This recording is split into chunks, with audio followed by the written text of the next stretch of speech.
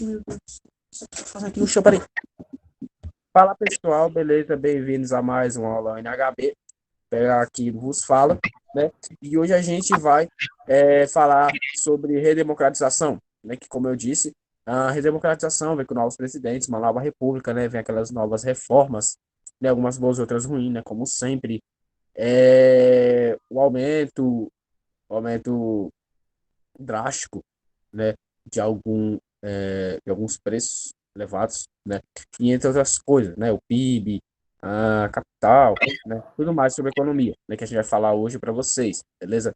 Como sempre, esse projeto é, é do Grêmio Estudantil, é uma ideologia do Grêmio Estudantil, né, da GWA, por parte de nós, né, da chapa Todos Temos Voz, né, e que traz esse projeto, né, como sempre, a, com o peso de ajudar vocês, ajudar as pessoas que estão com dificuldade na UNHB, né?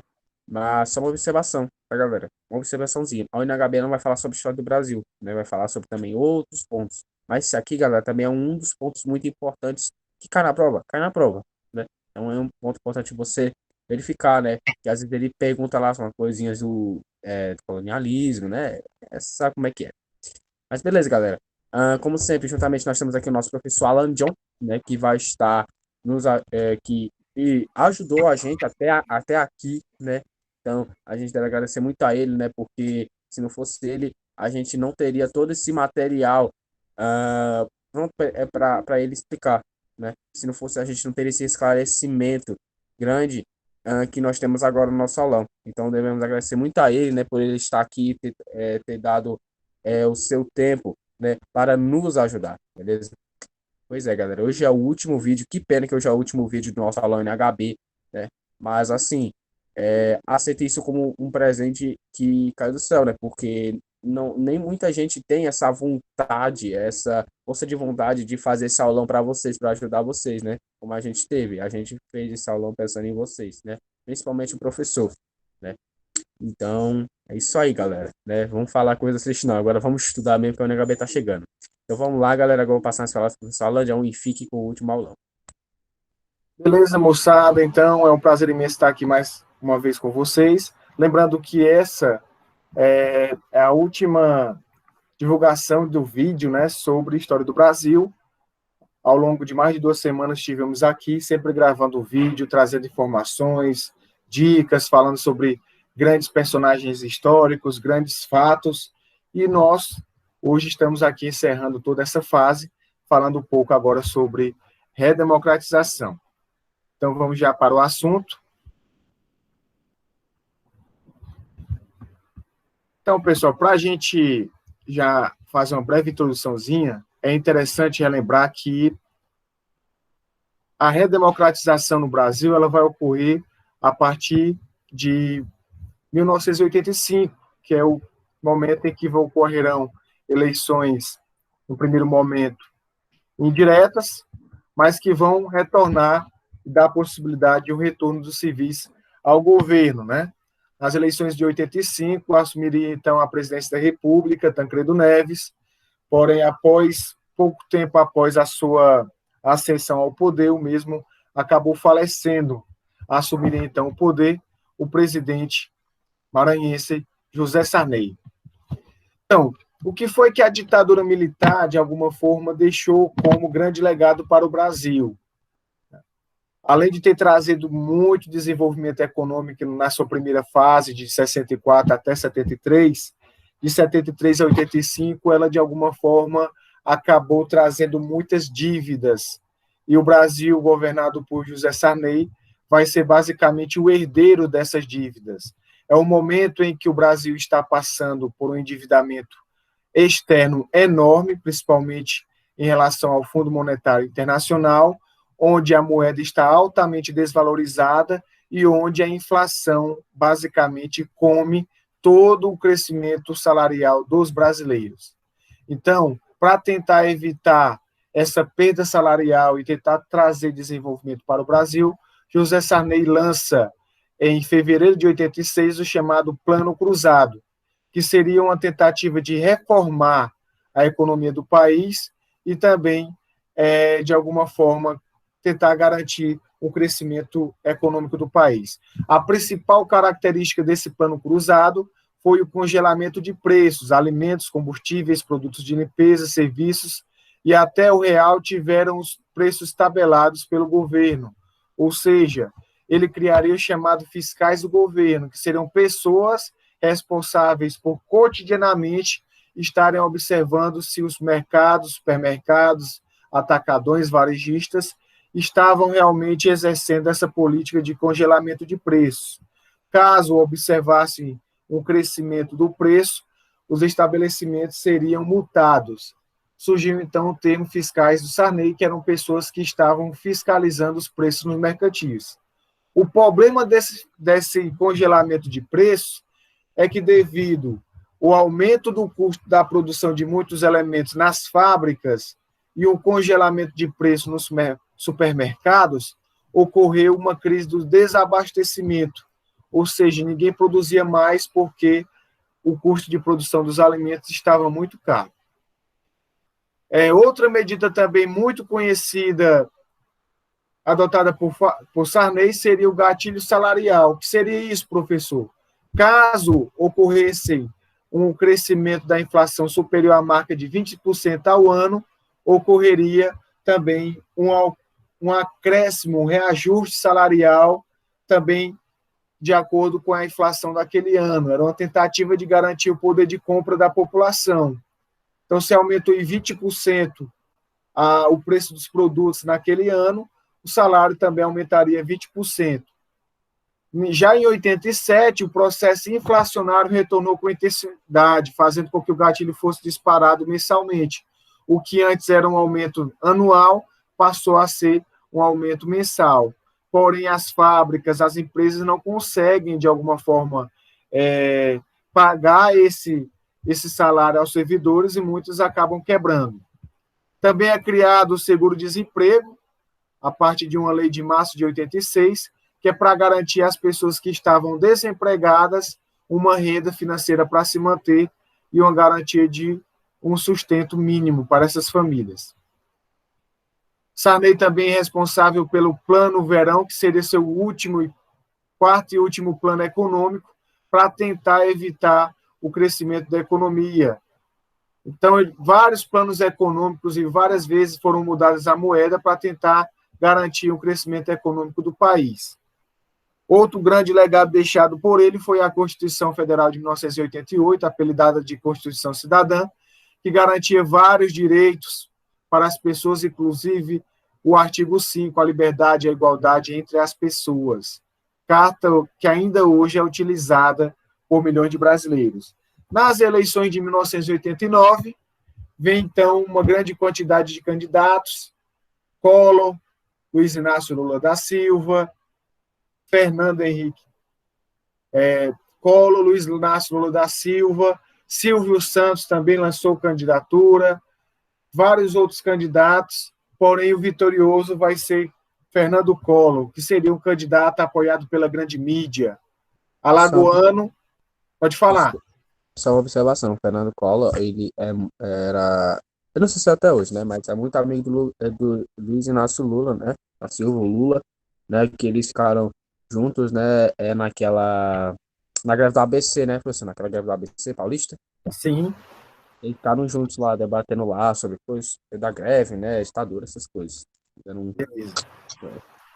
Lembrando que Collor foi basicamente um político criado pela grande mídia no Brasil, alagoano, filho de uma classe enriquecida em Alagoas, com uma capacidade oratória invejável e uma pessoa realmente que chamou a atenção de todo o Brasil devido à sua polidez durante seu discurso e sua capacidade de comunicação.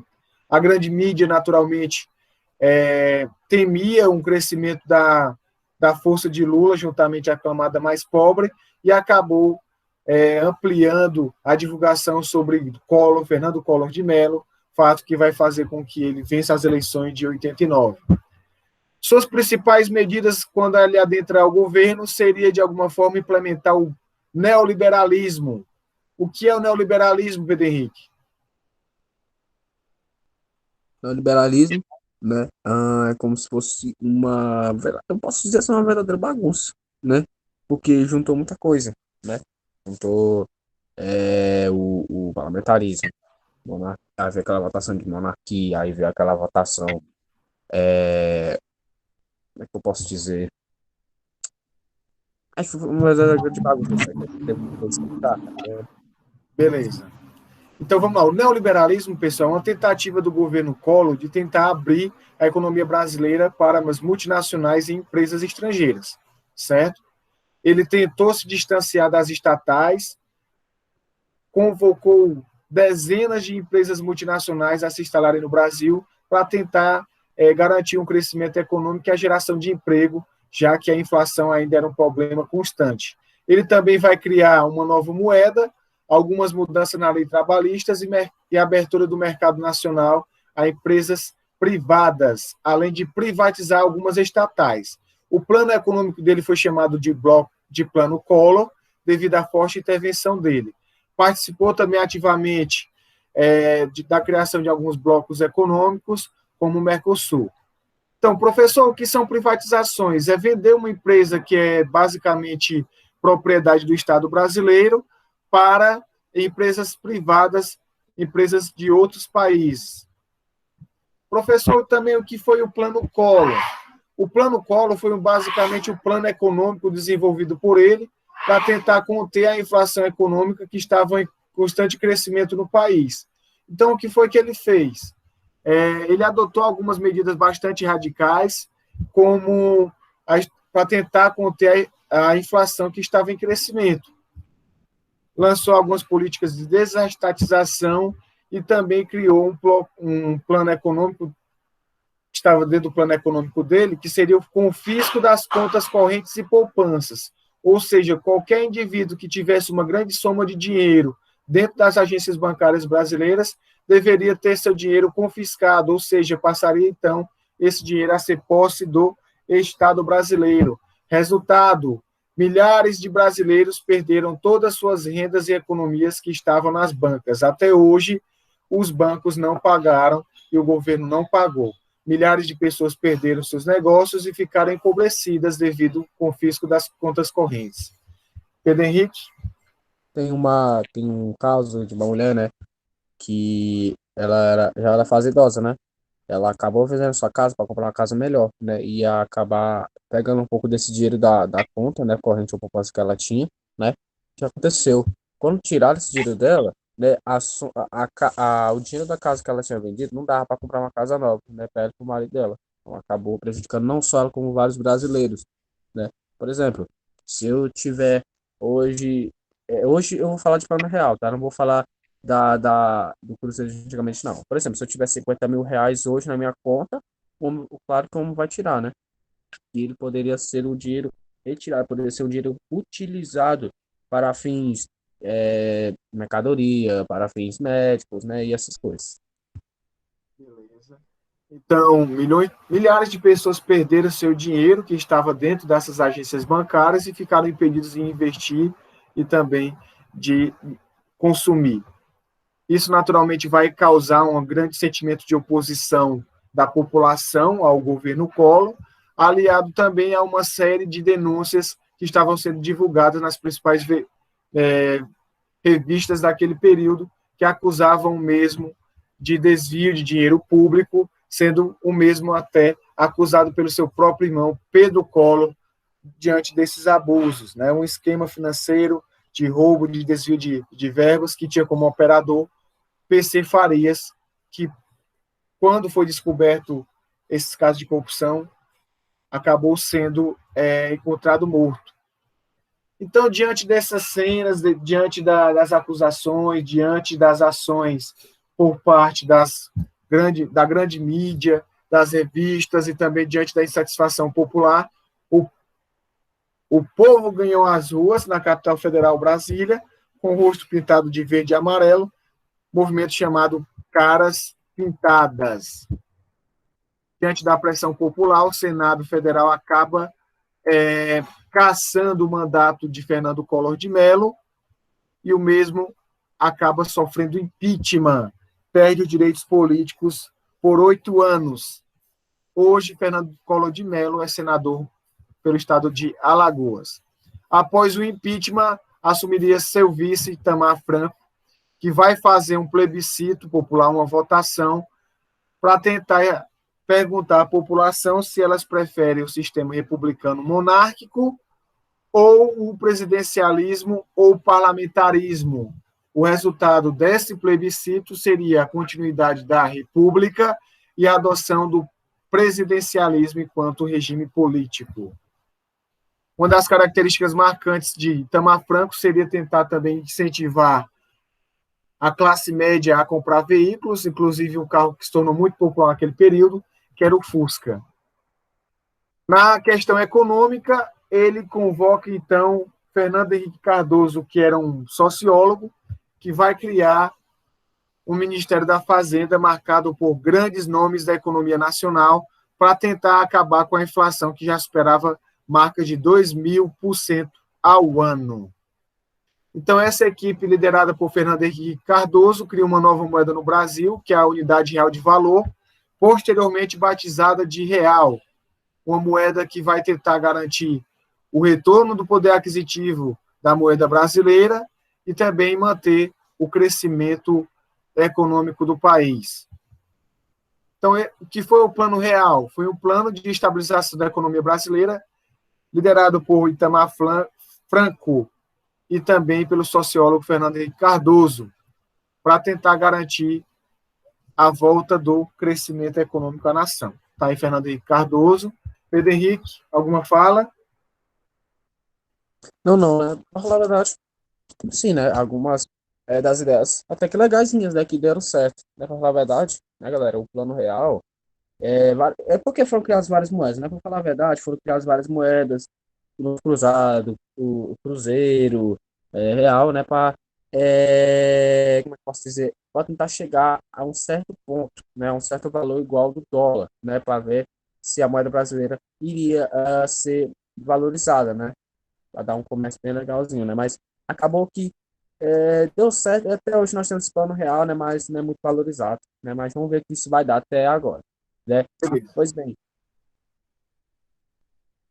Então, Fernando Henrique Cardoso vence as eleições de 1994, derrotando seu principal opositor, Luiz Inácio Lula da Silva, que era um político de esquerda que estava crescendo muito nas últimas eleições. Ele assumiria, então, o poder, tentando trazer o desenvolvimento à nação. Diferente de vários outros políticos, ele vai tentar, de alguma forma, regular a economia nacional, vai tentar, de alguma forma, vender as principais estatais do país no modelo de privatização, onde o Estado iria apenas regular as atividades econômicas dessas novas empresas privadas. É o chamado neoliberalismo. Muitas empresas de telefonia foram, então, extintas. Surgiram outras empresas com capital privado, numa tentativa de modernizar os setores de telecomunicações no Brasil. Então, o que foi que ele fez? Privatizou empresas como Telebrás, Telege, Telesp, Telemig, criando, então, a Embratel. Também ele vai privatizar empresas, bancos, né, intervir, né, também ajudar que empresas, bancos estaduais fossem privatizados, como o Banestado, o Banesp, vai privatizar empresas como a Embraer, Vale do Rio Doce, Companhia Siderúrgica Nacional, além de reduzir a quantidade de funcionários públicos, evitando, assim, gastos desnecessários por parte do governo. Então, ganhou muito dinheiro com esses leilões, com essa venda dessas empresas privadas, certo? E tentou também, com esse dinheiro, diminuir a dívida pública, juntamente ao FMI. Também, além disso, ele também foi responsável por desenvolver projetos econômicos na questão agrária, que era uma tentativa de ampliar a reforma agrária, dando acesso à terra a milhões de brasileiros que não tinham, criando os assentamentos rurais e também incentivando a chamada agricultura familiar, de baixo impacto ambiental. A Emenda Constitucional 16 de 97 também cria a chamada ideia de reeleição, fazendo com que, em 1998, nas eleições, Fernando Henrique Cardoso se lance candidato mais uma vez e vença contra Lula. Nos anos 2000, um dos maiores marcos do governo dele foi uma crise elétrica sem precedentes, que vai fazer com que o Brasil adote um período chamado apagão, que vai entre os anos de 2000 e 2002, onde as pessoas deverão passar boa parte de suas noites economizando energia ou às escuras. Por que isso ocorreu, professor? Devido ao baixo índice das hidrelétricas no país. Pedro Henrique? A observação do apagão, né, galera, que foi uma das formas de economia de energia elétrica, né? Foi a escassez de água nas redes hidrelétricas, né? E isso foi também um resultado, né, de que economizasse energia, né? Tanto que o governo até criou geladeiras econômicas, né? Para quem quiser dar uma olhadinha nisso, é só ir lá no canal do YouTube, vocês vão procurar. Eles criaram até geladeiras econômicas para dar uma estabilizadinha na energia, né? Tanto que acabou resultando até que legalzinho, mas né, acabou prejudicando vários brasileiros.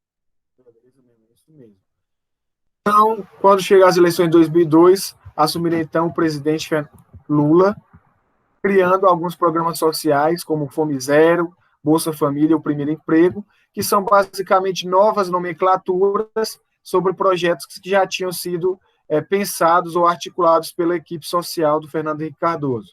Fome Zero era a tentativa de erradicar a fome, Bolsa Família é uma garantia de uma renda mensal mínima, e o Primeiro Emprego, uma tentativa de garantir o acesso dos jovens à sua primeira oportunidade de emprego. A principal marca do governo Lula seria o combate à desigualdade social, garantindo um acesso mínimo das pessoas a uma renda mínima e também tentar reduzir os baixos índices de miséria dessa grande parte da população. Atuou ativamente no combate à fome, principalmente em regiões do Norte e Nordeste, e também no combate à mortalidade infantil. Sendo assim, no governo do Fernando Henrique do Lula, ocorreu um acréscimo do Índice de Desenvolvimento Humano de 0,790 para 0,813.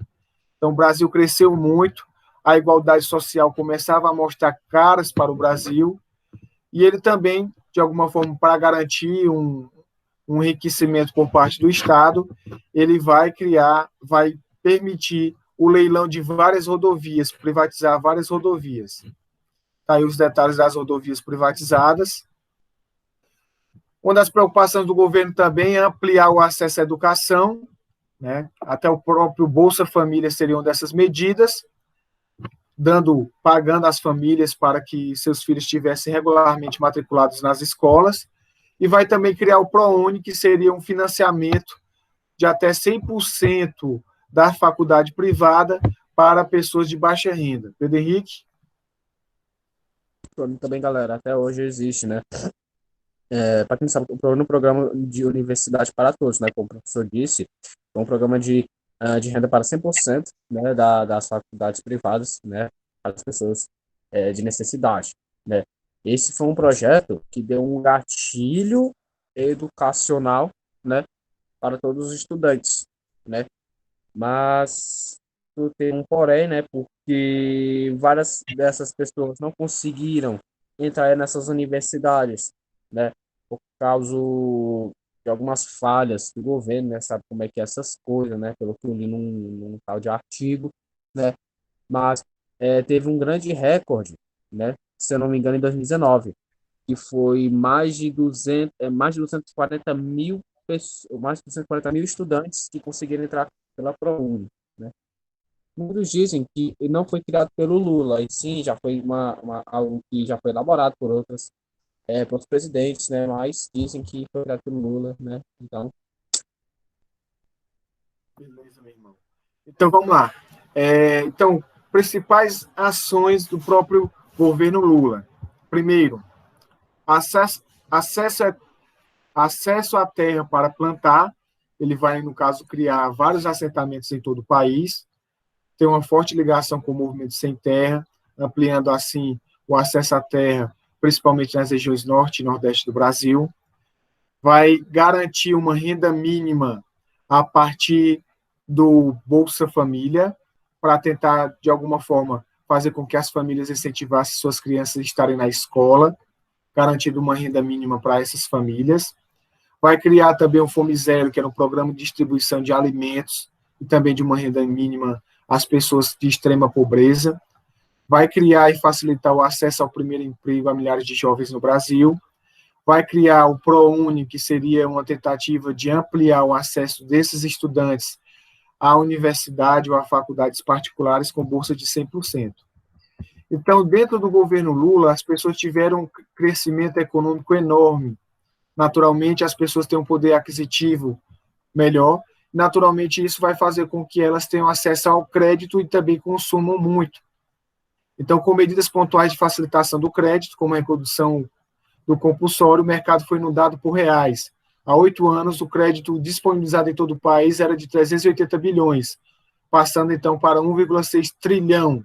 Então, mais pessoas consumindo, mais emprego gerado e, consequentemente, uma melhoria do produto interno bruto, que seria o PIB. Então, Lula, que começou seu governo com crescimento de 1,1% em 2013, chegou a 6,1% em 2007, mostrando o crescimento da economia no país. Dentro do governo Lula, ocorreu um crescimento da renda per capita de 43% dos trabalhadores. Então, as pessoas estavam consumindo mais, estavam tendo poder aquisitivo melhor e, naturalmente, uma qualidade de vida melhor. Então, basicamente, esse é o conteúdo, pessoal, de redemocratização. Vocês viram os principais presidentes da República e as ações políticas adotadas por eles nesse primeiro momento. Pedro Henrique, suas palavras finais. Pessoal, pois é, né? Acabou o aula na HB, né? Esse conteúdo de história aqui, né? Como eu disse antes para vocês, a UNHB não só cai estudos sobre a história do Brasil, né? Mas sobre outros conteúdos que não estão no livro. História. Mas assim, pessoal, isso não quer dizer que você não deve deixar de estudar sobre a história do Brasil, né? Porque também foi um fato muito importante, tanto que tivemos vários movimentos, vários grupos políticos, vários presidentes, né? Toda aquela economia, principalmente a economia, que é uma coisa que não fica de fora da NHB. Se você dá uma investigada nas provas antigas, você vai encontrar muita coisa sobre economia, beleza? Mas, pessoal, pois é, tá acabando a aula da NHB, nossos minutos finais. Só quero agradecer que você tenha um bom dia, uma boa tarde, uma boa noite, como eu sempre digo nesses vídeos. E que você possa ver quantas vezes você quiser o aula NHB, pode dar uma conferida aqui, beleza? E vou estar sempre disposto nesses vídeos, beleza? Como sempre eu falei, que é uma ideologia do Grêmio Estudantil, geralmente com o professor, né? Pensando em vocês, né? Como eu, como aluno, estou me preparando para o NHB, né? Então, foi como se fosse uma facilidade para todos, beleza? Como disse com o professor, né? Se não fosse ele, a gente não teria todo esse esclarecimento, né? Com toda essa força de vontade dele, né? Então, nós devemos agradecer muito ao professor Alan John que está aí com a gente, beleza? Então é isso aí, galera. Nunca um adeus, mas até a próxima aula. Valeu. Beleza, pessoal, tudo de bom. Foi um prazer imenso estar durante essas últimas semanas com vocês. Espero que esteja realmente aproveitando o material, esteja se esforçando, esteja estudando. Viu? Não esqueça de qualquer dúvida, coloque lá seu comentário, sua sugestão, que a gente está aqui à disposição de vocês. Então, obrigado, Pedro Henrique, também pela disponibilidade, pela ajuda, pela dedicação, pelo esforço e pelo comprometimento, certo? Espero que colhemos bons resultados, né, nessa edição 2021 da ONHB. Então, pessoal, não havendo mais, tudo de bom a todos e até breve. Fui. Valeu.